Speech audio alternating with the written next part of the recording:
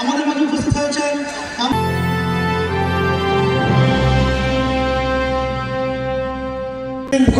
আজকের ইফতার মাহফিল আজকে সবার সভাপতি ক্ষত্রিয় বিএনপি সভাপতি ম্যাম কফিলউদ্দিন, আজকে সবার প্রধান অতিথি আমাদের সকলের নেতা দক্ষিণ বিএনপির সাবেক আহ্বায়ক চট্টগ্রাম ৮ আসনের গণমানুষের নেতা জাফর হাসান মুসলিম ভাই, উপস্থিত বনগাঁ বিএনপির সংগ্রামী সদস্য সচিব হামিদুল মন্নান এবং চট্টগ্রাম বিএনপির সাবেক সাধারণ সম্পাদক গিয়াসউদ্দিন বিয়া সহ উপস্থিত নেতৃবৃন্দ।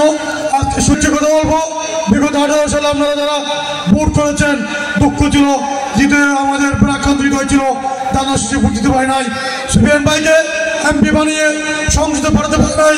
ইনশাল্লাহ আগামী দিনে যে নির্বাচন হবে সেই নির্বাচনে বিএনপি থেকে আমাদের আবু সুফিয়ান ভাইকে প্রার্থী করা হবে।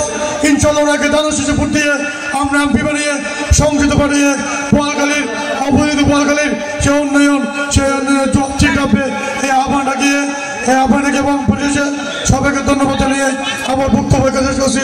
আল্লাহ হাফেজ। বাংলাদেশ জামাত বাংলাদেশ জামাত